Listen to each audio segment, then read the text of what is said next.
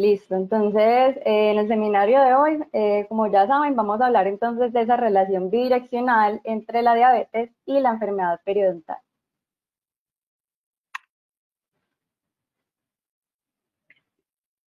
Estos son entonces los temas que iremos desarrollando. Vamos a hablar entonces sobre la diabetes como una enfermedad epidémica global, su fisiopatología, la plausibilidad biológica de esa relación bidireccional entre diabetes y enfermedad periodontal, la consistencia de los resultados a través de la evidencia. También vamos a hablar entonces de esa plausibilidad biológica de la relación entre síndrome metabólico y enfermedad periodontal, el recuento a través de la evidencia y finalizamos entonces con las conclusiones.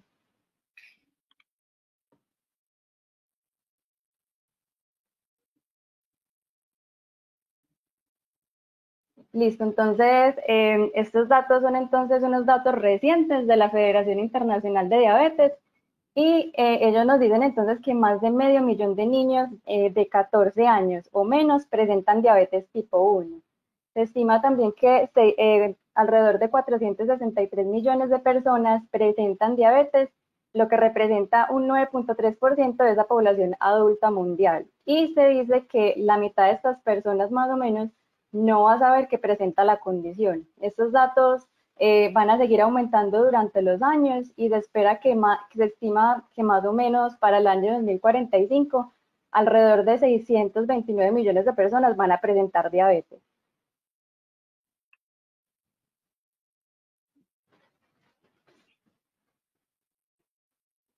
Vamos a comenzar entonces hablando de qué es la diabetes. Es un grupo entonces de trastornos metabólicos que la característica principal va a ser entonces la hiperglicemia, un aumento de glucosa en la sangre. Estas personas van a desarrollar problemas de salud severos que ponen en peligro la vida, también puede resultar entonces en unos mayores costos para la atención médica, una menor calidad de vida e incluso a llegar pues a tener una mayor mortalidad.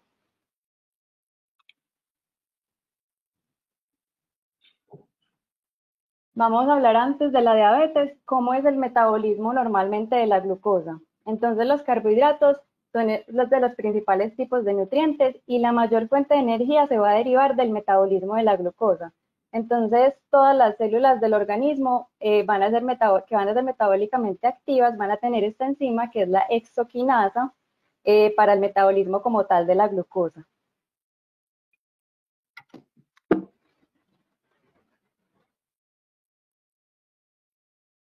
Sin embargo, el hígado se dice que tiene un papel único en el metabolismo de la glucosa que va a poder regular entonces sus niveles sanguíneos de acuerdo a la situación metabólica del organismo. Tenemos entonces la vena porta, que es la azul que vemos en la imagen. Esa vena porta, por así decirlo, va a permitir la comunicación entre el hígado y el páncreas. Entonces el páncreas lo que va a hacer es mandar unas señales y se va a determinar en gran medida si el hígado entonces debe liberar glucosa, que esto lo llamamos glicólisis, o almacenarla, que sería entonces glicogénesis.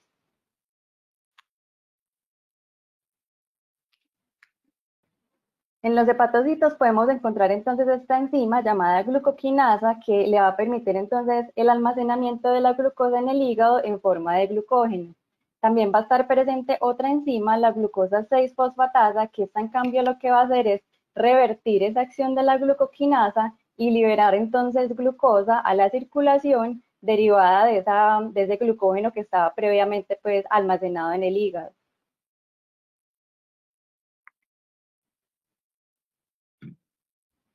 Ya hablamos entonces un poco del hígado, vamos a hablar también un poco sobre el páncreas. Esta es una glándula que va a estar ubicada por detrás del estómago, aproximadamente a nivel de las vértebras lumbares L1 y L2.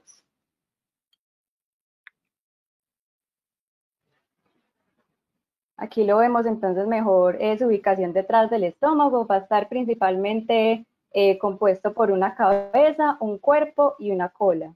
Y va a ser entonces principalmente en la cola donde se van a encontrar los islotes de Langerhans.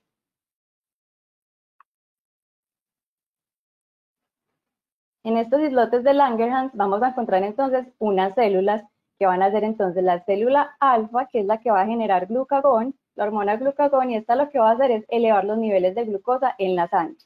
Las células beta van a producir la hormona insulina, que esta por el contrario va a bajar los niveles de glucosa en la sangre. ¿Y esto por qué va a pasar? Porque la glucosa va a permitir que los tejidos del cuerpo y las células puedan captar esa glucosa que se va a encontrar en la circulación, puedan así entonces generar energía y ya pues desarrollar la función determinada que tenga esa célula o ese tejido, el determinado órgano. Y las células delta pues, son las que generan la somatostatina, que también pues indirectamente pueden interferir en esa regulación de la glucosa. ¿Qué pasa entonces en condiciones de un ayuno prolongado? Los niveles de insulina van a bajar y los niveles de glucagón en cambio van a subir, que recordemos que esto lo que va a hacer es elevar los niveles de glucosa en la sangre. Sin embargo, cuando esa glucosa se va, pues como por así decirlo, agotando, el cerebro tiene que mantener de igual forma unos niveles pues de azúcar, de glucosa, para poder pues funcionar correctamente. Entonces lo que va a pasar es que el hígado va a convertir el lactato, que va a provenir, por ejemplo, de los músculos, ese lactato lo va a convertir en glucosa. Entonces, a eso es lo que le llamamos gluconeogénesis, donde va a haber entonces una síntesis de energía a partir de precursores no glucídicos, o sea, que originalmente no eran glucosa.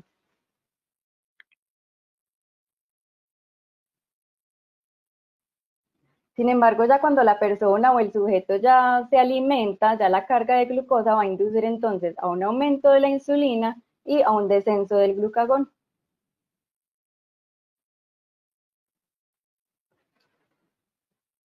Listo, ahora ya vamos a hablar entonces como tal de la diabetes. Esta es la clasificación. Tenemos entonces que está la diabetes tipo 1, donde va a haber una destrucción autoinmune de las células beta. Y hablamos en que generalmente se llega pues a una deficiencia absoluta de la producción de insulina. La diabetes tipo 2, hablamos entonces de un contexto de resistencia a la insulina. De igual forma, pues más adelante vamos a hablar un poco sobre su fisiopatología. También tenemos la diabetes entonces gestacional, donde que se puede dar pues aproximadamente en el segundo o tercer trimestre de embarazo. Sin embargo, ya luego del parto puede haber ya una normoglicemia, pero estas mujeres van a tener pues como una mayor predisponibilidad pues a desarrollar en un futuro diabetes tipo 2. Y tenemos los tipos específicos debido a otras causas como síndromes, enfermedades del páncreas, endocrinopatías inducidas por fármacos como por ejemplo los corticosteroides, entre otros.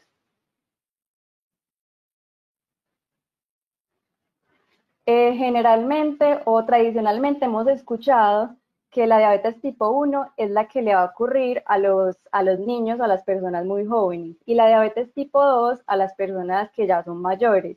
Sin embargo, esta información pues la verdad no es tan precisa porque cualquiera de los dos tipos puede ocurrir en cualquier grupo de edad.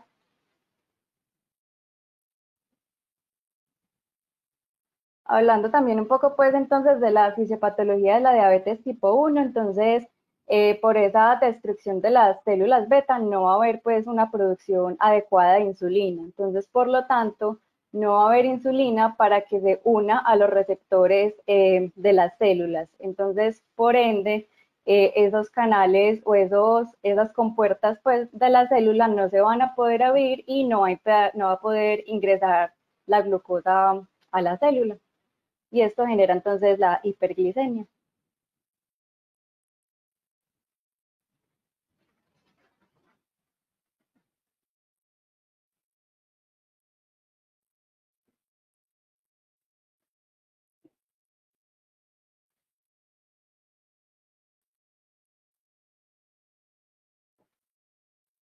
Listo, entonces va a comenzar entonces a aumentar esa concentración plasmática de glucosa porque se va a disminuir entonces esa captación periférica por los órganos que no van a poder entonces captar esa glucosa y generar entonces energía.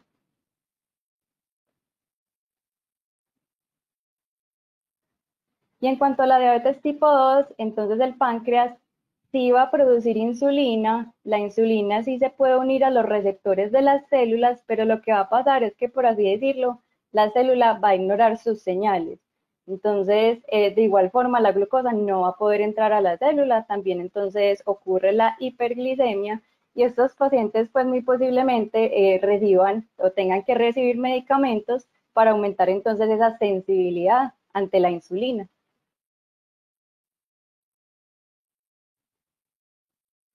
La diabetes tipo 2 se dice que es una entidad con etiología poligénica, porque no solo un gen puede estar implicado pues como en la causa de la enfermedad, sino que se necesitan varios genes en diferentes combinaciones y así pues generar entonces esa susceptibilidad genética al individuo.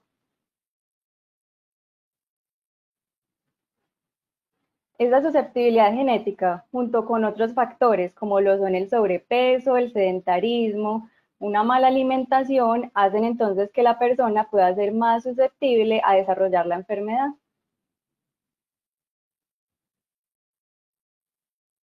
Tenemos entonces estos tres exámenes diagnósticos para la diabetes. Tenemos entonces la glicemia plasmática basal o la glicemia pues en ayunas, donde tenemos entonces un resultado mayor o igual a 126 miligramos por decilitro. La glicemia plasmática 2 horas tras el SOC, que el SOC es una sobrecarga oral de glucosa, o sea que el paciente se le administra glucosa vía oral, y el resultado para que sea pues un diagnóstico de diabetes es mayor o igual a 200 miligramos por decilitro. Y la hemoglobina glicosilada, donde el resultado es mayor o igual a 6,5%.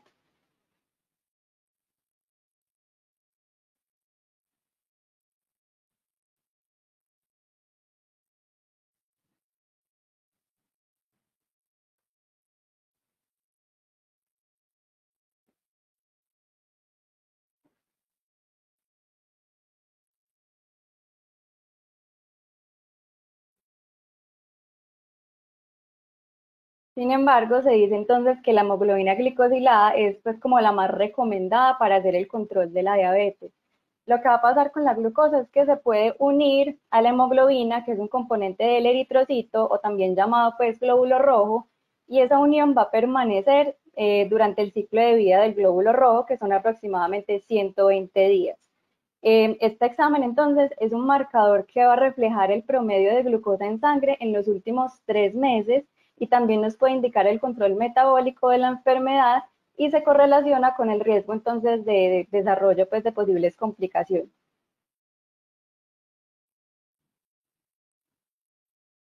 Esta es entonces la clasificación según el resultado que tengamos pues de hemoglobina glicosilada, según pues la Asociación Americana de Diabetes. Entonces tenemos una normoglicemia cuando tenemos un resultado que es menor a 5,7%.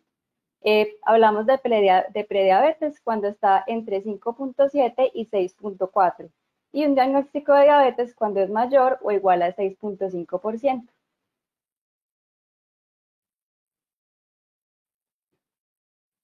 Como objetivo general, lo que buscamos es que los pacientes tengan una hemoglobina glicosilada que sea por debajo del 7%.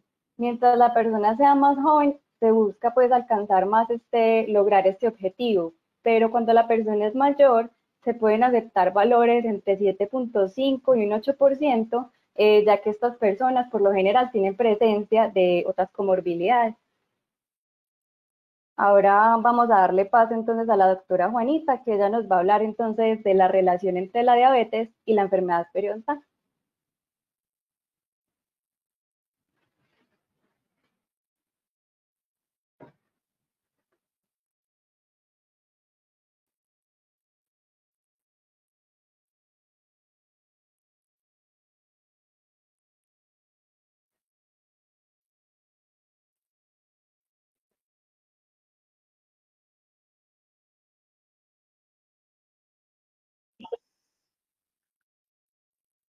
Que la relación entre la enfermedad periodontal y la diabetes es una relación bidireccional.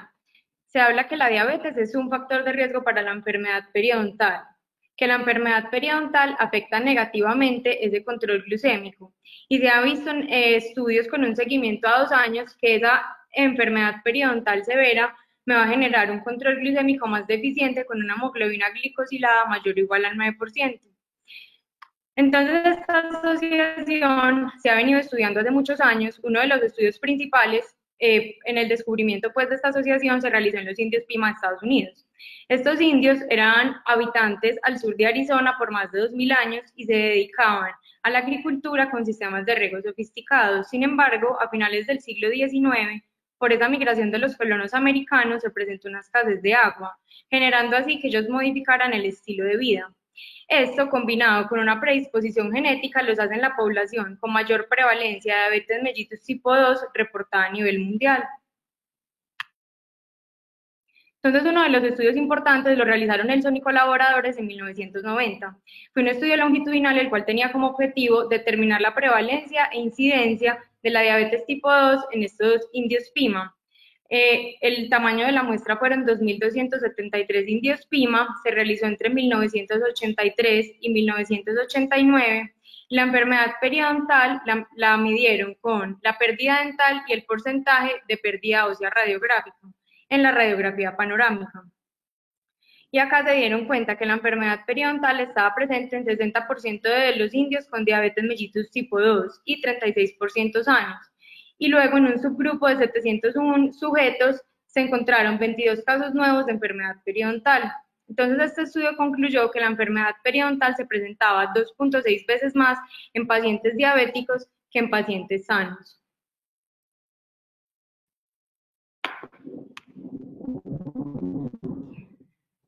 Bueno, el siguiente estudio que se realizó importante fue mirar esa asociación entre la enfermedad periodontal y la hemoglobina glicosilada. Este lo realizaron Demer y colaboradores en el 2010, con un tamaño de muestra de 2.973 pacientes, y fue basado en los resultados longitudinales del estudio de salud de Pomerania.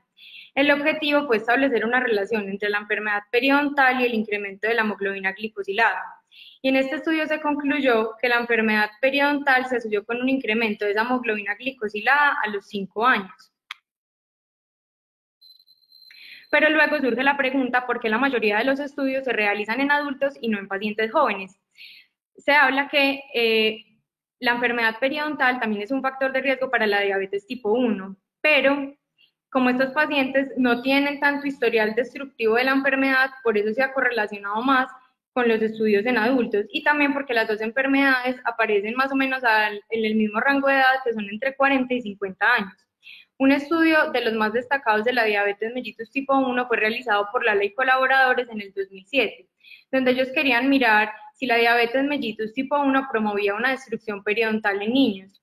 Eso se dividió pues en dos grupos, 350 niños diabéticos y 350 controles no diabéticos, y en este estudio sacaron como conclusión que los pacientes diabéticos presentaban más del 20% de los sitios con enfermedad periodontal versus 8% de los sitios en los pacientes sanos. Acá la enfermedad periodontal se midió de acuerdo a la gingivitis y pérdida ósea radiográfica, porque como ya expliqué anteriormente, esos pacientes todavía no tienen un historial muy grande destructivo de la enfermedad.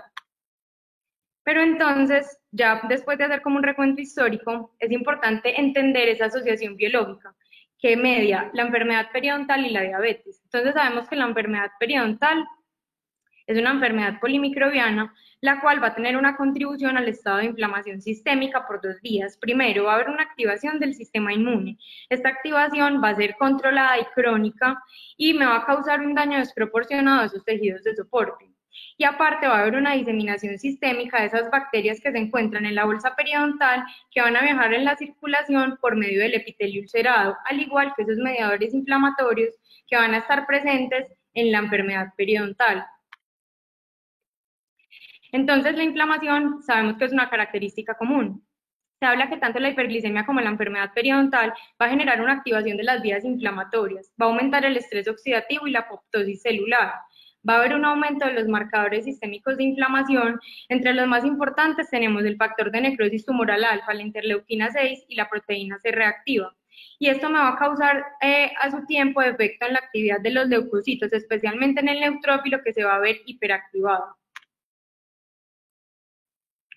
Aparte de esto, debemos tener claros los conceptos de qué son los ajes y rajes. Entonces, el paciente que va a tener una hiperglicemia crónica debido al consumo exagerado de azúcar y lípidos va a tener una respuesta hiperinflamatoria exagerada y va a tener un aumento de los ajes en la circulación sanguínea, ¿Qué son los AGEs? Son unas moléculas de glicosilación avanzada formadas por una unión irreversible de la glucosa a proteínas y lípidos en el plasma y los tejidos.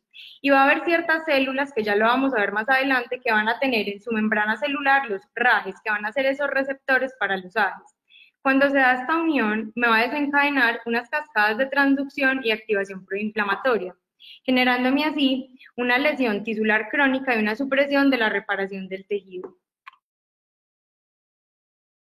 Entonces, ¿en qué células van a tener efecto estos AGEs? O sea, ¿qué células tienen estos receptores en su membrana? Tenemos las células epiteliales, las células endoteliales, los neutrófilos, monocitos, linfocitos, mastocitos, macrófagos, adipocitos, fibroblastos y osteoclastos. Y ya vamos a mirar qué generan esta unión de AGEs y RAGEs en cada una de estas células.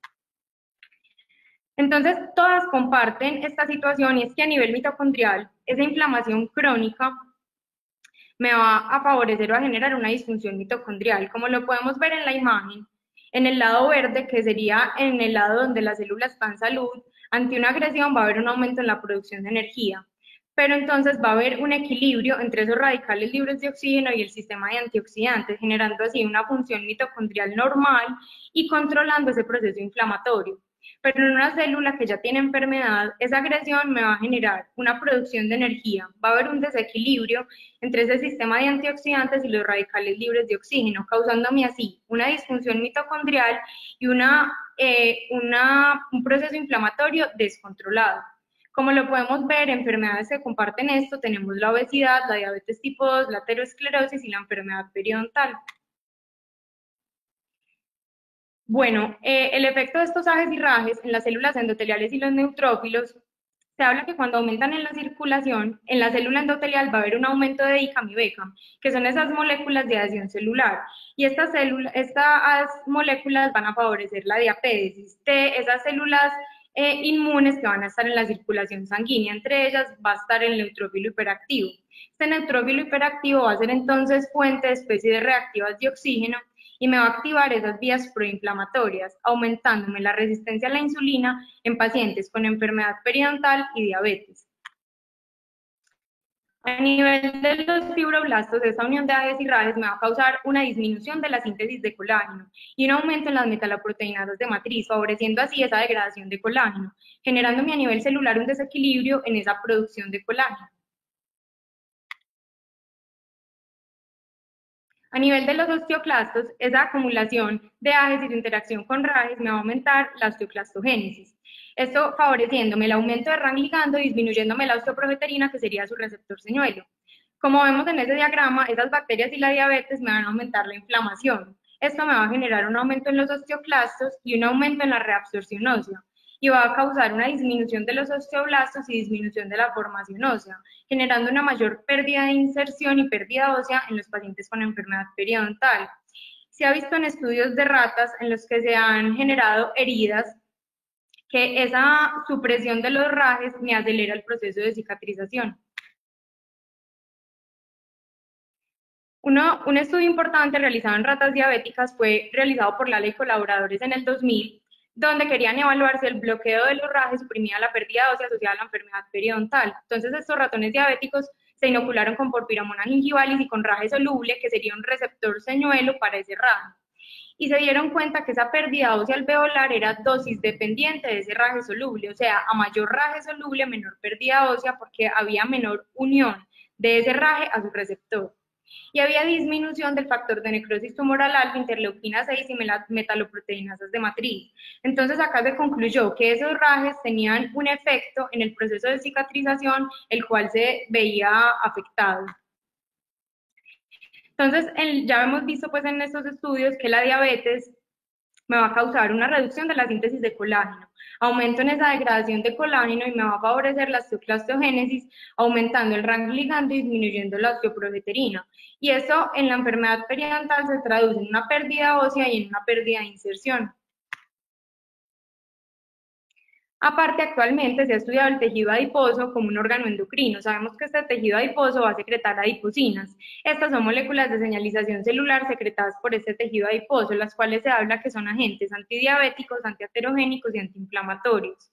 Y van a tener una acción antagonista mutua contra el factor de necrosis tumoral alfa. generando un control de la resistencia a la insulina. Entonces se habla que cuando disminuyen esas adipocinas va a haber aumento del factor de necrosis tumoral alfa,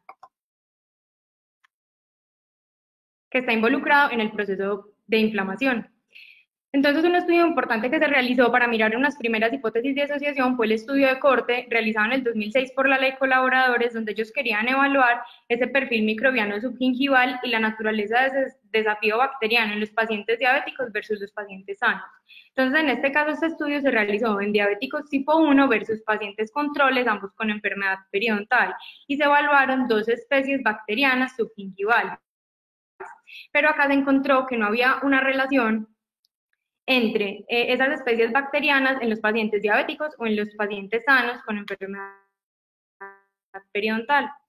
Luego, en los estudios quisieron evaluar esa respuesta del huésped al desafío bacteriano. El primer estudio fue realizado por Salvi y colaboradores en el 97, donde querían evaluar esos patrones monocíticos de la secreción del factor de necrosis tumoral alfa en los pacientes con diabetes tipo 1 y enfermedad periodontal. Y el segundo estudio fue realizado por Salvi y colaboradores en el 98, donde querían evaluar la prostaglandina de 2, interleuquina 1 beta y factor de necrosis tumoral alfa en los pacientes diabéticos como modificadores de la enfermedad periodontal.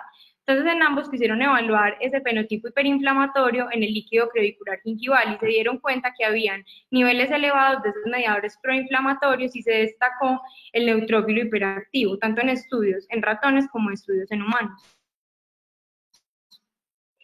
Luego, Salvi y colaboradores en el 2005 realizaron un estudio, un modelo de gingivitis experimental para evaluar ese fenotipo hiperinflamatorio. Se dividieron en dos grupos, en los diabéticos tipo 1 controlados versus pacientes sanos. Primero, ambos grupos se trataron con 3 semanas de interrupción de la higiene oral, seguidas por 2 semanas de un control óptimo de la placa y por último mirando la resolución de la inflamación. Y se concluyó que las personas con diabetes desarrollaban una inflamación gingival acelerada y exagerada a pesar de tener un desafío bacteriano similar. Luego se realizó este estudio por Naguib y colaboradores en el 2004, donde querían mirar si la diabetes prolongaba la respuesta inflamatoria a un estímulo bacteriano a través de la desregulación de citoquinas. También se realizó en ratones diabéticos tipo 2 y se inocularon con porfiromonas gingivales. Acá se vio que tenían una expresión exagerada de citocinas y luego de esto se les inhibió el factor de necrosis tumoral alfa y se dieron cuenta que con esta inhibición había una disminución de quimiosinas y disminución en el tamaño de la lesión. Entonces, como conclusión, la diabetes aumentaba esa respuesta inflamatoria, tanto local como sistémica. Pero entonces, para responder las preguntas que nos hicimos al inicio acerca de esta relación bidireccional, trajimos estos dos esquemas. El primer esquema nos responde la pregunta si la diabetes es un factor de riesgo de la enfermedad periodontal. Como vemos ahí, la diabetes nos va a causar una hiperglicemia. Esta hiperglicemia va a causar un aumento de los AGEs y su unión a sus receptores RAGEs. Esto me va a causar a su vez aumento del RAG ligando y disminución de la osteoprogesterina y aumento del estrés oxidativo. Esto va a resultar en una disfunción del sistema inmune, estrés celular y un desbalance de esas citoquinas, aumentando el factor de necrosis tumoral alfa, la interleuquina 6 y la interleuquina 1. Y a su vez va a haber una adiposidad y una dislipidemia que me va a disminuir esas adipoquinas y que ya vimos que esto va a hacer que aumente el factor de necrosis tumoral alfa, generando así o promoviendo esa inflamación crónica. Y esto me va a causar en el paciente con enfermedad periodontal una destrucción en el tejido y nos va a resultar en una disminución de esa capacidad de cicatrización. Y en el segundo esquema podemos ver cómo la enfermedad periodontal es un factor de riesgo para la diabetes. Entonces sabemos que esa enfermedad periodontal va a estar mediada principalmente por esas bacterias gram negativas. Esas bacterias gram negativas van a tener en su membrana celular endotoxinas que van a liberar, entre ellas los lipopolisacáridos. Al liberarlos va a haber un aumento en esa área de radicales libres de oxígeno por los neutrófilos, aumento de las interleuquinas, del factor de necrosis tumoral alfa y la prostaglandina E2. Va a haber una disminución de la adiponectina y una inflamación sistémica que me va a generar que se dañe esa homeostasis y me genere una resistencia a la insulina, causándome así una disfunción en las células beta, aumentando los AGEs, la disfunción de los neutrófilos y va a haber un aumento en esos macrófagos, aumentando así la interleuquina 1 y el factor de necrosis tumoral alfa. Entonces, como vemos, esto nos da respuesta a por qué esta es una relación bidireccional. Entonces ya vamos a ir a través de la evidencia para ver cómo se han venido estudiando estas patologías. El primer estudio importante fue realizado en el 2013 por Taylor y colaboradores y fue una revisión acerca de la evidencia de esos mecanismos patogénicos que me van a ligar la enfermedad periodontal y la diabetes. Entonces ellos se realizan dos preguntas. La primera es si hay una influencia de la diabetes en esa microbiota periodontal. Pero como podemos ver en los diferentes estudios, no había una influencia de esa diabetes en esa microbiota periodontal. Y acá uno de los estudios importantes fue el que les mencioné anteriormente, Lala y colaboradores, donde se evaluaron dos especies microbianas subgingivales y no se vio una diferencia entre los pacientes sanos y los pacientes con diabetes. Entonces ahí se sacó como conclusión que la diabetes no influía en esa calidad de la microbiota periodontal. La siguiente pregunta que se realizan es la evidencia de la relación del aumento de la interleuquina 1 beta, interleuquina 6 y RAN ligando en pacientes con diabetes y enfermedad periodontal. Entonces, como podemos ver, el estudio de Carles Dell y colaboradores en el 2008 muestra una posible asociación entre la diabetes mellitus tipo 2 y el aumento de la interleuquina 1 beta. Al igual que este estudio siguiente realizado en el 2009, que también lo muestra una asociación con la interleuquina 1 beta y aparte con la interleuquina 6. Lapin y colaboradores en el 2009 también muestran una posible asociación entre ese control glicémico y la disminución de osteocalcina y osteoprogesterina en pacientes con diabetes tipo 1. Luego, Salvi y colaboradores en el 2010 nos muestran una posible asociación entre la diabetes tipo 2 y la interleuquina 1 beta y metaloproteinasas de matriz durante el desarrollo de la gingivitis. Santos y colaboradores en el 2010 nos muestran una posible asociación entre ese control glicémico y el aumento de la interleuquina 4 y la interleuquina 17, y luego en el segundo estudio una posible asociación entre ese control glicémico y el aumento de RAN ligando en la periodontitis crónica. Entonces, como vemos, sí hay una asociación importante entre esos mediadores inflamatorios y la diabetes y la enfermedad periodontal. Luego, en el 2009, se realiza esta revisión sistemática con metaanálisis por Chavarri y colaboradores, donde quieren mirar esa relación entre la enfermedad periodontal y la diabetes. Y ellos se generan esta pregunta: si la diabetes mellitus tipo 1 y 2 me aumenta el riesgo de la enfermedad periodontal. Entonces, a la izquierda podemos ver el flujograma de la selección de los artículos. Ellos seleccionan 57 artículos, de los cuales no todos pudieron ser metaanalizados. Esto debido a la heterogeneidad de ellos, ya que muchos presentaban falencias en su desarrollo. Entonces, en la derecha podemos ver los forest plot, y ellos los dividen en dos grupos. Primero, evalúan la pérdida de inserción tanto en la diabetes tipo 1 como en la diabetes tipo 2, y luego la profundidad clínica del sondaje.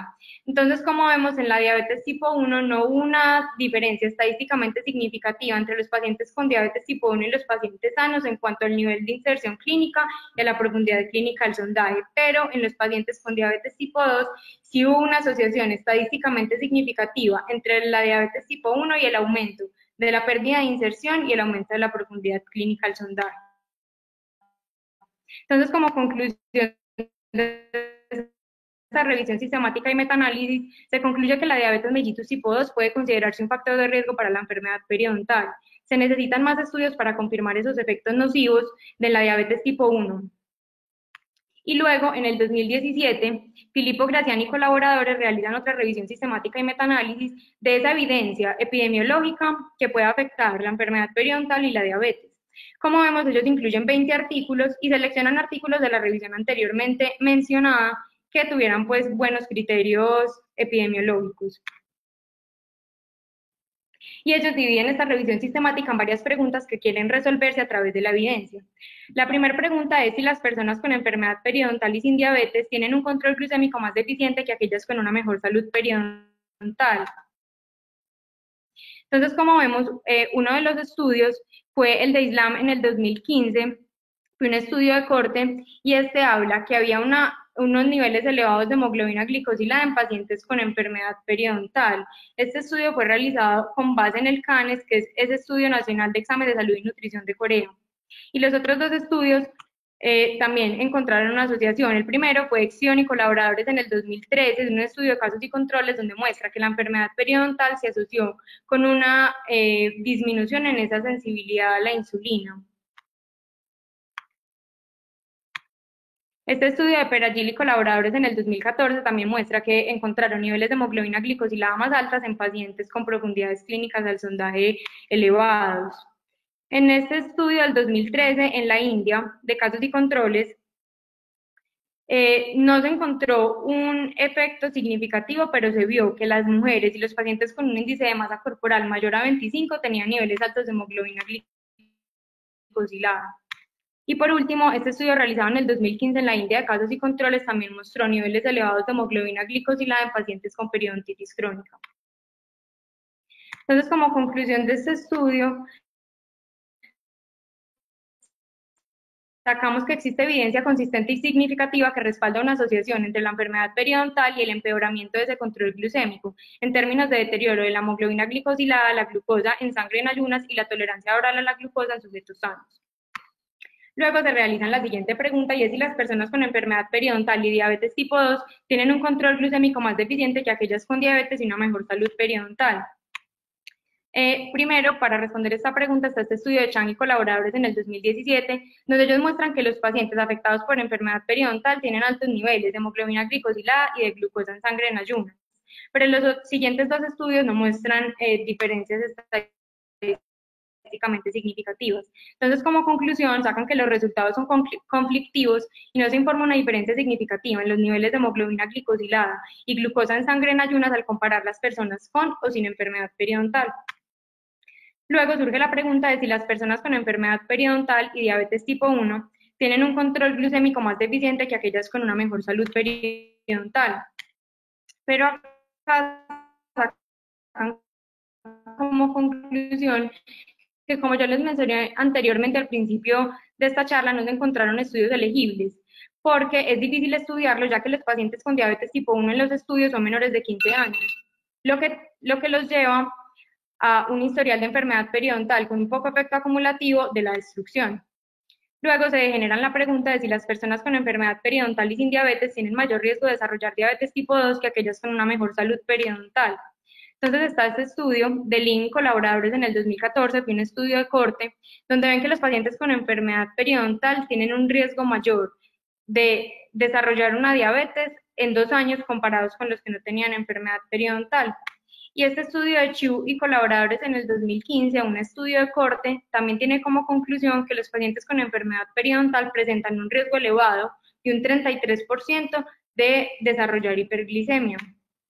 Entonces, como conclusión de estos dos estudios y de 4 estudios de la revisión sistemática mencionada anteriormente, se habla que estos estudios son lo suficientemente consistentes como para indicar que las personas afectadas por la enfermedad periodontal muestran una mayor probabilidad de desarrollar diabetes tipo 2 en comparación con las no afectadas. Y surgen estas dos preguntas: si las mujeres con diabetes gestacional y enfermedad periodontal tienen un control glucémico más deficiente que aquellas con mejor salud periodontal, y si las mujeres embarazadas con enfermedad periodontal tienen una mayor incidencia de diabetes gestacional que aquellas con mejor salud periodontal.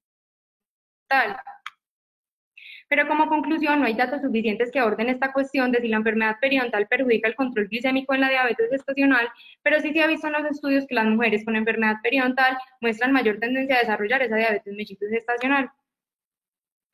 También en esta revisión sistemática evalúan el papel de las citocinas y mediadores inflamatorios en estudios clínicos, donde se ve que hay niveles elevados de mediadores proinflamatorios que me generan mayor destrucción periodontal. Entre ellos, los más importantes van a ser la interleuquina 1 beta, el factor de necrosis tumoral alfa, la interleuquina 6 y aumento del RANG ligando y disminución de la osteoprogesterina. Y aquí habla que esto fue respaldado por estudios realizados por Polak y Shapira en el 2007, donde utilizaron cultivos celulares expuestos a altos niveles de glucosa. Entonces, como conclusión de esta revisión sistemática y metaanálisis, podemos decir que los estudios de corte en pacientes diabéticos demuestran niveles más altos de hemoglobina glicosilada en pacientes con enfermedad periodontal, que hay una evidencia fuerte que asocia a las personas con enfermedad periodontal padecer un riesgo elevado de esa resistencia a la insulina. Faltan datos de diabetes tipo 1 y de diabetes gestacional, y la enfermedad periodontal se asocia con un mayor riesgo de incidencia de diabetes tipo 2. Y concluyen con la importancia de esa relación entre el médico odontólogo-paciente, lo cual a veces es olvidado, y es tanto responsabilidad de los médicos cuando tienen un paciente diabético explicarle el riesgo que tienen de enfermedad periodontal, y los odontólogos, cuando atendemos un paciente con enfermedad periodontal, decirle que tiene mayor riesgo de desarrollar resistencia a la insulina, y si ya sabemos que es un paciente diabético, remitirlo para que se mantenga controlado y siempre pedir exámenes como la hemoglobina glicosilada.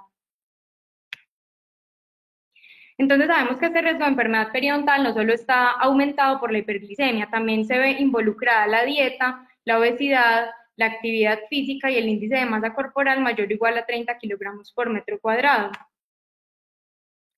Y esto nos hace preguntarnos si hay una relación entre ese tejido adiposo y la glucosa. Entonces se sabe que ese tejido adiposo se va a encargar de un mantenimiento de la homeostasis de la glucosa. Se han realizado estudios en ratas, que son ratones knockout GLUT4 específicos para adipocitos. ¿Esto qué quiere decir? Que son ratones a los cuales no van a tener adipocitos, y se ha visto que en estos ratones van a tener una intolerancia a la glucosa y una insensibilidad a la insulina. Y se ha visto que el ADN mitocondrial va a estar alterado en la obesidad y puede tener consecuencias tanto locales como sistémicas. Se realizó entonces un estudio experimental en 1977 por Preshow y colaboradores, donde querían mirar la influencia de la obesidad y la hipertensión en la gravedad de la enfermedad periodontal en ratas. Ellos tenían 44 ratas, las dividieron en 4 grupos: un grupo de ratas normales, uno hipertensas, uno obesas y otro grupo obesas e hipertensas. Y se dieron cuenta que en las ratas que tenían obesidad o hipertensión se realizó una inducción de gingivitis y una evaluación histopatológica, que dio como resultado una hiperplasia e hipertrofia en vasos sanguíneos que irrigaban el periodonto. Y en las ratas obesas e hipertensas se vio que había una respuesta periodontal más severa a esa irritación local. Luego se realizó este estudio por Sadek y colaboradores en el 2010, donde ellos querían evaluar si la enfermedad periodontal estaba asociada con la glucosa en ayunas alterada. Entonces el objetivo era mirar esta asociación de la glucosa plasmática en ayunas y la enfermedad periodontal en una población masculina no diabética. Y el tamaño de muestra fueron 815 pacientes. Se tomaron unas muestras de sangre después de un ayuno de 14 horas y la enfermedad periodontal se midió desde la UCA hasta la cresta ósea. Entonces, como vemos acá en la figura 1, se quería mirar la pérdida ósea alveolar relacionada al nivel de glucosa en plasma. Entonces, como vemos, hay dos grupos. El primer grupo, que era pérdida ósea alveolar menor a 6 milímetros, y el robo, que sería pérdida ósea alveolar mayor o igual a 6 milímetros. Y vemos que en los pacientes que tenían el nivel de glucosa en plasma aumentado, o sea, mayor o igual a 100, presentaban un mayor porcentaje de pérdida ósea alveolar mayor o igual a 6 milímetros. Y en la tabla 1 podemos ver esa presencia de la pérdida ósea alveolar medida con diferentes parámetros. El primero fue asociado al nivel de los triglicéridos en sangre. Cuando estos triglicéridos estaban mayor o igual a 200, se ve que aumenta esa prevalencia de la pérdida ósea mayor o igual a 6 milímetros en un porcentaje de 8.6%. Cuando también estaba elevado el nivel del colesterol total, se vio que esa pérdida ósea mayor o igual a 6 milímetros se veía aumentada en comparación al grupo que tenía el nivel del colesterol normal. El LDL también, cuando estaba aumentado, se veía un mayor porcentaje de prevalencia de pérdida ósea mayor o igual a 6 milímetros, y en el grupo de pérdida ósea mayor o igual a 6 milímetros vemos que tienen disminuido el HDL, que sería en este caso el colesterol o la grasa protectora. Y acá podemos ver en esta figura 2 la pérdida ósea alveolar relacionada con el índice de masa corporal, donde vemos que los pacientes con un índice de masa corporal mayor o igual a 25 presentaban un mayor porcentaje de pérdida ósea radiográfica mayor o igual a 6 milímetros. Entonces, los resultados de este estudio hablan que esa pérdida ósea estaba relacionada o estaba aumentada en los pacientes con un nivel de glucosa en ayunas mayor o igual a 100 miligramos por decilitro, índice de masa corporal mayor o igual a 25, nivel de triglicéridos y de colesterol total en suero mayor o igual a 200 miligramos por decilitro, y lipoproteínas de baja densidad mayores o iguales a 130 miligramos por decilitro. Entonces, como conclusión de este estudio, tenemos que el índice de masa corporal, el aumento de triglicéridos, colesterol y lipoproteínas de baja densidad y nivel de glucosa en ayunas se relaciona con la pérdida ósea alveolar temprana y el desarrollo del síndrome metabólico. Entonces, el síndrome metabólico hoy en día es un problema de salud pública. La Federación Internacional de Diabetes estima que esta prevalencia va desde el 10% hasta un 84% dependiendo de la región, urbana o rural, el sexo, edad y etnia. Esto está caracterizado por 3 parámetros principales que van a ser los triglicéridos elevados, la presión arterial elevada y una glicemia en ayunas elevada. Y esto seguido por la obesidad y una circunferencia agrandada de la cintura. Y esto se ha correlacionado en estudios longitudinales y transversales. Entonces, para mirar esta asociación biológica entre la enfermedad periodontal y el síndrome metabólico, tenemos esta tabla. Entonces, para empezar, vamos a tener en estos pacientes una obesidad inducida por la dieta. Esta obesidad me va a causar un exceso de macronutrientes donde se va a ver aumentado el colesterol y las lipoproteínas de baja densidad. Y a su vez va a haber falta de micronutrientes y componentes dietarios básicos como son las vitaminas, minerales y fibra. Va a haber entonces una disfunción mitocondrial mediada por un aumento en la lipotoxicidad, aumento del estrés oxidativo, metabolitos lipídicos y radicales libres de oxígeno. Y a su vez se va a presentar una desregulación de esa circulación sistémica, teniendo un aumento en sangre de la glucosa y por ende de esos AGEs. Esto me va a generar entonces la aparición de ese síndrome metabólico que se va a caracterizar por la hiperglucemia, la dislipidemia, hipertensión arterial, aumento del colesterol y de la grasa visceral, y generando así una hiperrespuesta inflamatoria donde se van a ver afectados neutrófilos que van a estar hiperactivos, aumento en los macrófagos y en las citocinas proinflamatorias, como ya lo vimos anteriormente. Y esto me va a causar que se vea afectada la integridad muscular y la regeneración tisular desregulada. ¿Esto qué me va a afectar? Como ya vimos anteriormente, se van a ver afectados osteoclastos, linfocitos, fibroblastos, adipocitos, se va a ver disminuida la angiogénesis, la síntesis proteica y va a ver aumentada la apoptosis. Entonces, este primer estudio realizado por Nival y colaboradores en el 2007 quería mirar si la severidad de la enfermedad periodontal estaba relacionada con la inflamación sistémica y un estado dismetabólico. Este fue un estudio de casos y controles. Como lo vemos en la tabla 1, no había diferencias significativas entre ambos grupos, entre el grupo control, que eran pacientes con salud o pacientes con enfermedad periodontal, en cuanto a la edad, género, etnia y el factor del cigarrillo. Y en la tabla número 2 vamos a ver esos resultados para los factores inflamatorios y metabólicos en sujetos sanos o en sujetos con enfermedad periodontal, donde podemos ver que los sujetos con enfermedad periodontal presentaban una recuento de esos glóbulos blancos aumentado, entre ellos neutrófilos y linfocitos. Se va a ver aumentado el colesterol, se va a ver aumentado las lipoproteínas de baja densidad, se va a ver disminuida las lipoproteínas de alta densidad, lo cual se encontró estadísticamente significativo dentro del estudio. Se van a ver aumentados los triglicéridos, la glucosa y el colesterol total, el cual también fue estadísticamente significativo. Y eso lo podemos confirmar en estos gráficos de caras y bigotes. Entonces ahí podemos ver que lo dividieron en tres grupos principales: los pacientes control, que eran los pacientes sanos, los pacientes con una enfermedad periodontal leve y los pacientes con una enfermedad periodontal severa, donde podemos ver que estos pacientes con enfermedad periodontal severa presentaban glóbulos blancos aumentados, neutrófilos, linfocitos, un aumento de la glucosa, aumento del colesterol total, el cual fue significativo, aumento de las lipoproteínas de baja densidad, una disminución de las lipoproteínas de alta densidad, la cual en la enfermedad periodontal severa fue estadísticamente significativo, y aumento del colesterol total. Entonces, estos datos sugieren un posible vínculo entre la enfermedad periodontal, la inflamación sistémica y un estado metabólico alterado. Entonces nos realizamos varias preguntas que quisimos resolver a través de la evidencia. La primera es si el síndrome metabólico aumenta el riesgo de la enfermedad periodontal. Para eso está este primer estudio, el cual fue realizado por Shimazaki y colaboradores en el 2007, fue un estudio transversal, el cual quería evaluar esa relación entre el síndrome metabólico y la enfermedad periodontal en mujeres japonesas. Y este estudio tuvo como conclusión que el síndrome metabólico aumentaba el riesgo de enfermedad periodontal. Y luego nos preguntamos si la enfermedad periodontal favorecía el riesgo de síndrome metabólico. Para eso está este primer estudio, el cual es un estudio de corte realizado en Japón por Morita y colaboradores en el 2010, el cual quería mirar la asociación entre la enfermedad periodontal y el desarrollo del síndrome metabólico. Y este tuvo como conclusión que la presencia de bolsas periodontales se asoció con conversiones positivas de los componentes de ese síndrome metabólico.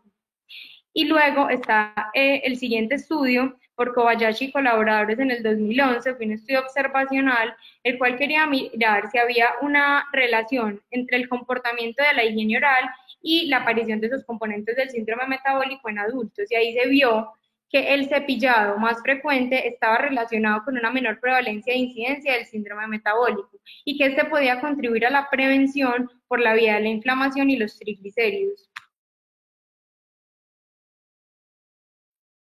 Luego nos surgió la pregunta si existe una asociación más fuerte entre la aparición de la enfermedad periodontal y el síndrome metabólico en mujeres.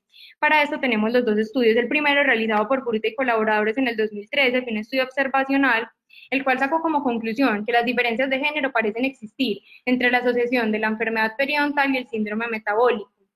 Y el segundo estudio, realizado en Taiwán en el 2013, fue un estudio de corte que sacó como conclusión que había una asociación pequeña pero estadísticamente significativa entre el síndrome metabólico y el diagnóstico de enfermedades periodontales en mujeres taiwanesas y una asociación más débil en hombres.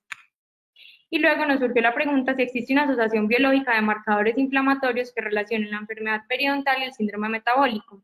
Para eso tenemos este estudio realizado en Corea en el 2011, donde querían evaluar diferentes grupos de marcadores inflamatorios en la enfermedad periodontal y en el síndrome metabólico. Y este estudio tuvo como conclusión que los resultados sugirieron que hay un grupo de marcadores biológicos representados por el factor de necrosis tumoral alfa y la interleuquina 6 que podría mediar esa asociación entre el síndrome metabólico y la enfermedad periodontal. Como vimos que son los marcadores también más representativos para esa relación entre la diabetes y la enfermedad periodontal.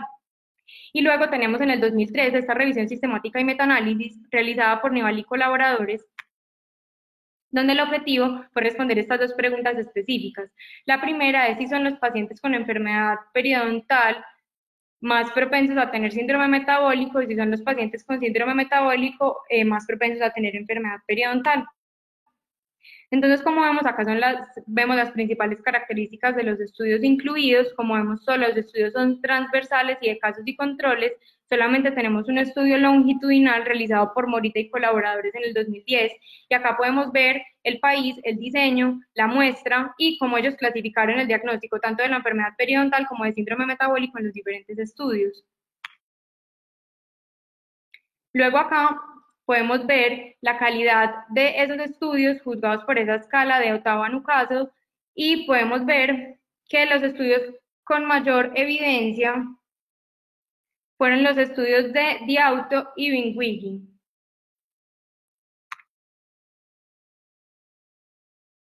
Y acá podemos ver los forest plot realizados para los diferentes estudios que se pudieron metaanalizar. Entonces, en el forest plot de la izquierda podemos ver que sí se encontró una asociación estadísticamente significativa entre los pacientes con enfermedad periodontal y síndrome metabólico, pero ellos quisieron dividir ese forest plot en dos, entre los estudios con mayor seguridad y los estudios más inseguros con respecto a esa calidad metodológica, pero vemos que aunque se presentó pues esta división, en ambos grupos se encontró esa asociación significativa entre la coexistencia de la enfermedad periodontal y el síndrome metabólico. Entonces, como conclusión de este metaanálisis basado en estudios transversales y de casos y controles, se reveló una asociación positiva entre la coexistencia de la enfermedad periodontal y el síndrome metabólico. Entonces, como conclusión de esta conferencia, podemos decir que existe evidencia consistente para afirmar que la enfermedad periodontal se asocia con niveles elevados de hemoglobina glicosilada en pacientes no diabéticos y diabéticos tipo 2, que la enfermedad periodontal severa se asocia con un riesgo mayor de desarrollar diabetes. Falta evidencia consistente acerca de la enfermedad periodontal en pacientes con diabetes tipo 1. Existe evidencia limitada para apoyar el papel de la enfermedad periodontal en la diabetes gestacional. El control glucémico deficiente en pacientes diabéticos se asocia con un estado periodontal más deficiente y la evidencia ha demostrado una asociación positiva entre la coexistencia de la enfermedad periodontal y el síndrome metabólico. Y queríamos recordarles la importancia de la medicina P4, que ya está tomando mucha fuerza, que es una medicina predictiva, preventiva, personalizada y participativa, lo que quiere decir que tenemos que evaluar a cada uno de nuestros pacientes como una entidad única.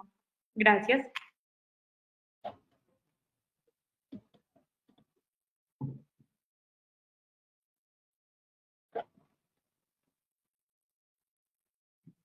Bien, muchas gracias.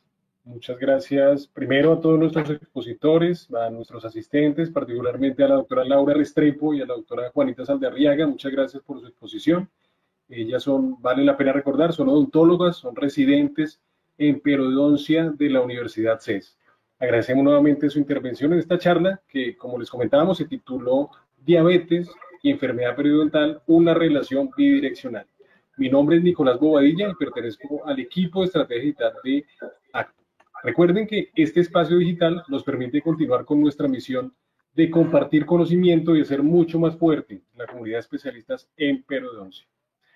Hoy también nos acompaña el doctor Andrés Duque Duque, él es odontólogo especialista en periodoncia y magíster en epidemiología, y también nos acompaña la doctora Alejandra Correa, ella es odontóloga especialista en periodoncia. Ellos nos compartirán algunas palabras y además nos ayudarán a resolver algunas de las preguntas que ustedes nos hicieron llegar durante el transcurso de esta sesión. No siendo más, buenas tardes y bienvenidos, doctores. Bueno, muchas gracias, Nicolás. Para nosotros es un placer haber estado compartiendo esta conferencia que Juanita y Laura nos han compartido por invitación del presidente de la Asociación Colombiana de Periodoncia, el doctor Felipe Vieira. Agradezco a Felipe por haber confiado en nosotros, haber confiado en el posgrado de periodoncia del CES, haber confiado en las estudiantes, en las residentes de periodoncia, en Juanita y en Laura, para compartir este espacio. Me agrada ver muchos colegas, muchos amigos de la Asociación Colombiana de Periodoncia, de Integración, lo mismo que colegas y amigos de la Federación Ibero-Panamericana de Periodoncia también aquí presentes y muchos otros colegas que se conectaron en esta charla. Creo que no me pudieron escuchar al inicio, pero digamos que estos espacios virtuales nos abren el camino no solo a tener acá en este espacio a aquellos conferencistas nacionales e internacionales reconocidos, a grandes clínicos, a grandes investigadores también, sino tener la oportunidad de ver qué estamos haciendo en la educación, qué estamos haciendo en el posgrado. Y al inicio, pues yo quería como darle pues como un reconocimiento especialmente a aquellos miembros de la asociación que son profesores en las diferentes facultades, que se animen en compartir estas conferencias, estos espacios para todos los miembros y para toda la Federación Ibero-Panamericana, que me parece muy importante y es abrir estos espacios virtuales. Les agradezco principalmente a la Junta Directiva de la Asociación Colombiana de Periodoncia. Tenemos básicamente unas preguntas que voy a tratar de resolver muy brevemente porque ya sé que está algo tarde. Uno de los grandes interrogantes, Alejandra, la doctora Alejandra, que nos acompaña, es el tema de la definición de caso de enfermedad periodontal, la investigación de estas enfermedades y estas comorbilidades que tenemos de enfermedades periodontales con otras entidades y con otras patologías. Es muy importante la definición de caso. Y hemos visto grandes dudas o grandes controversias, inconsistencia en los hallazgos científicos. A través de eso, entonces nos quieren preguntar cómo influye o qué se ha hecho sobre las diferentes denominaciones, definiciones de caso de enfermedad periodontal con respecto a estos hallazgos, sabiendo más aún que ahora hay una nueva definición de enfermedad periodontal. Esa es como la primera pregunta, Aleja. Te doy, si quieres, tú compartes tu opinión y yo de pronto al final. Bueno, entonces sabemos que para la influencia sobre las enfermedades sistémicas tenemos que tener en cuenta más que todo, más que la pérdida de inserción, es los procesos inflamatorios. Hay un estudio de NICE en el 2009 en el que proponen una nueva forma de medición del grado de inflamación, que es la medición PISA o el área de superficie periodontal inflamada, en el que ellos encuentran que a mayor área de superficie inflamada había un incremento en la hemoglobina glicosilada. Siendo así, ellos determinaron más o menos una medición de 333 milímetros cúbicos de área inflamada, generaban un 1% más en la hemoglobina glicosilada. Y en estudios posteriores se ha encontrado que con la reducción de esa área PISA hay una reducción significativa en la hemoglobina glicosilada, teniendo una relación directa en la dosis respuesta de la enfermedad. Exacto, pero digamos que este estudio es muy interesante, es un estudio del grupo holandés, una universidad en Holanda, donde hicieron, sí, esa medición de área de superficie, que para efectos experimentales es muy interesante ver cómo el área ulcerada, el área inflamatoria puede influenciar esos niveles de hemoglobina glicosilada, tanto para evaluar la incidencia, ¿cierto? Qué tanto se relaciona la diabetes con la enfermedad periodontal, sino también para medir el impacto. Juanita y Laura, pues ahora todavía no hemos entrado en el tema de estudios de intervención dentro de pues, el curso que estamos dando en este momento, pero es importante para los asistentes que conozcan que la reducción calculada que hay de hemoglobina glicosilada después de intervenciones periodontales es aproximadamente, dependiendo de la revisión sistemática y de los estudios incluidos, entre 0.36 a 0.76. Hay unas revisiones sistemáticas que hablan de 0.46 de reducción de hemoglobina glicosilada después de un tratamiento periodontal, lo que desde el punto de vista de impacto clínico se ha dicho que es el equivalente a la administración de un segundo medicamento en un paciente diagnosticado con diabetes. Entonces, ese impacto clínico que eso pudiera llegar a tener tiene que ver mucho en cuenta con esa área de superficie inflamada. O sea, porque de pronto el impacto no es tan grande, no es tan elevado en pacientes donde el área de superficie inflamada sea muy poca, a pacientes donde de pronto el impacto de una reducción inflamatoria puede ser mayor. El otro tema, pues también es cómo, o la otra pregunta que hay es cómo controlar factores de confusión. Factores de confusión tenemos mucho porque hay muchas comorbilidades, como lo mostraron Laura y Juanita. Tenemos muchos procesos inflamatorios en el organismo simultáneos a la enfermedad periodontal. O sea, la única inflamación no es la enfermedad periodontal, sino que tenemos pacientes obesos, tenemos pacientes estresados que manifiestan procesos inflamatorios, tenemos pacientes con colon irritable, que nosotros no interrogamos sobre colon irritable, por ejemplo, en el interrogatorio. Entonces tenemos muchas comorbilidades. La misma aterosclerosis es un proceso inflamatorio como tal. O sea, es consecuencia y causa de procesos inflamatorios, probablemente, esos son hipótesis que existen. Entonces, poder controlar tantos factores, digamos, que hacen que muchos estudios no sean tan consistentes en la literatura. Pero por eso, digamos, con estas redefiniciones en grados, en severidad, en extensión de proceso inflamatorio, digamos que es una oportunidad para evaluar ese verdadero impacto que tenemos nosotros al tratar la enfermedad periodontal. Y precisamente, pues esto va como muy al lado de la última pregunta que tenemos, es cuándo tratar entonces un paciente diabético que esté descontrolado. O sea, tenemos pacientes que nos llegan con 7.5, con 8, con 9, con 10. O sea, yo pienso que lo más importante que hay que hacer es una interconsulta dentro de lo que el colofón que hizo Juanita Saldarriaga, es que al final nosotros estemos conectados a través de una medicina predictiva, personalizada, participativa y integrada en todas las áreas. Entonces la idea es que podamos conectarnos con las otras comorbilidades, porque no es solo el paciente diabético el que vamos a atender nosotros, sino un paciente diabético que probablemente tenga otros condicionantes, otros factores, otros condicionantes de riesgo, otras comorbilidades, como la misma obesidad, procesos de aterosclerosis, antecedentes cardiovasculares y otras cosas. Entonces deberíamos hacer de todas maneras, yo pienso que una interconsulta en pacientes que tengan hemoglobinas glicosiladas por encima de 7, no queriendo decir que no las podamos tratar. O sea, podemos tratar pacientes en los cuales digamos que tener una hemoglobina glicosilada de 7.5 puede ser para algunos pacientes el objetivo médico, pero eso no lo sabemos nosotros. Entonces la mejor forma de nosotros hacer una práctica tranquila y segura es hacer esas interconsultas, esa predicción, esa participación del equipo médico también dentro de esto.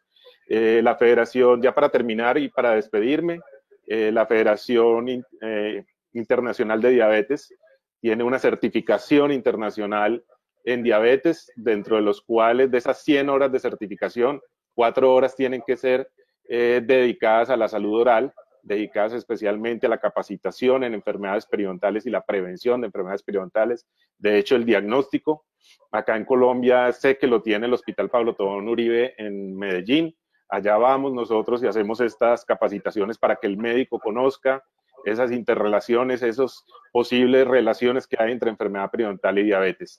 Los médicos, ustedes lo saben, no tienen ni conocimiento de que existe la enfermedad periodontal, no tienen conocimiento de sangrado, no tienen conocimiento de hacer un diagnóstico. Entonces es muy enriquecedor digamos, abrirnos esos espacios en los hospitales, en las certificaciones de nefrólogos, endocrinos, médicos, auxiliares, médicas, todo esto. Ya con esto yo creo que nos despedimos por el día de hoy. Ha sido una jornada muy satisfactoria. Muchas gracias a todos los asistentes por estar presentes. Esperamos seguir conectados con otras presentaciones de grandes académicos, pero también a la Junta Directiva hay que darle la oportunidad a los nuevos prospectos de la periodoncia, a los que van a ser nuestros sucesores, y a Nicolás, a Elena, muchas gracias por el apoyo en la parte de sistemas, y a la Junta Directiva, gracias por la invitación. Feliz noche para todos.